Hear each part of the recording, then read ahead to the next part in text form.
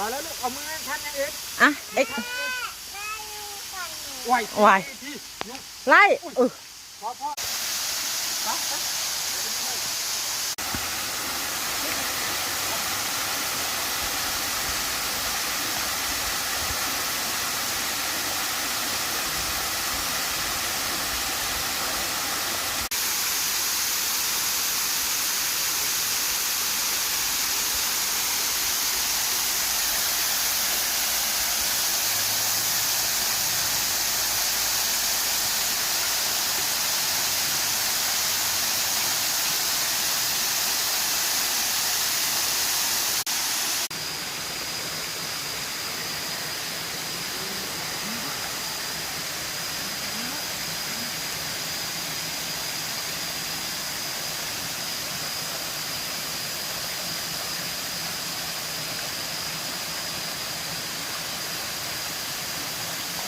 ตายไหมตรงนี้เมื่อกี้เราเห็นลูกกบแล้ว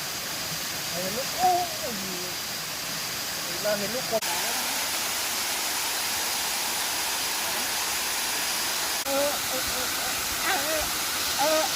มันกลัวปูน้อยมันกลัวมีมันอ้าปากแล้วอ้าปากปัก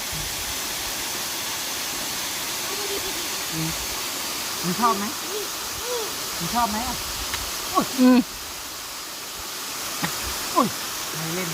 ไม่เล่นไปปล่อยมันไปหากินบ๊ายบายนะ